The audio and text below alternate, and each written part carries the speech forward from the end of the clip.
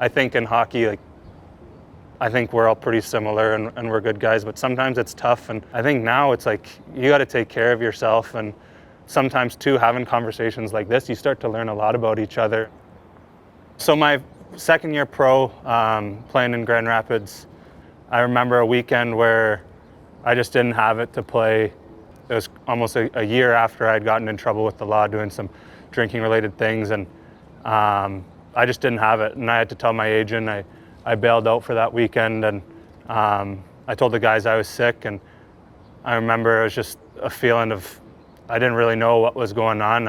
I called my dad into town and I just told him I didn't have it and I couldn't go play. And my agent was great about it, and he reached out to the team and they let me not travel. And the guys just thought I had a stomach bug or whatever it was. And they came back and I started to feel a little better. And that's where I hit the point where I might need some external help. And I had some depression issues, and I think it stemmed a lot from just not acknowledging it. And I went through my college career and turned professional, and I thought everything was fine. I was living the life of a professional hockey player, but I just was sensitive to these feelings. And I had made some decisions in my past that I let some people down, whether it was my parents or my coaches and teammates.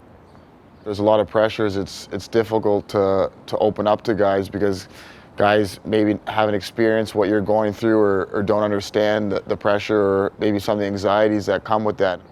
I think that weighed a lot on me. So I kind of pushed those aside and kept going. And sure enough, that point hit, and it was just kind of like all hell broke loose. And definitely was really uncomfortable. But as time went on, I dealt with it, and I had so much support from my general manager at the time, Ken Holland, and my teammates and coaches. Once they started to understand what was going on and the story came out, it was just a really good feeling to know that guy stood by my side. And since then, it's been an ongoing day-by-day thing where you kind of just got to live with the punches. Some days are good, some days are bad. But the life of a professional hockey player, I think, as you guys know, there's a lot of glamorous moments to it, but there's a lot of stresses too. So I think if you can put those at the forefront and deal with those as they come, definitely makes life easier. I know what's going to come when I feel certain ways or when certain things happen. So now it's just about how can I be proactive? How can I change my thinking patterns? So you get ahead of it. Yes, exactly. Yeah.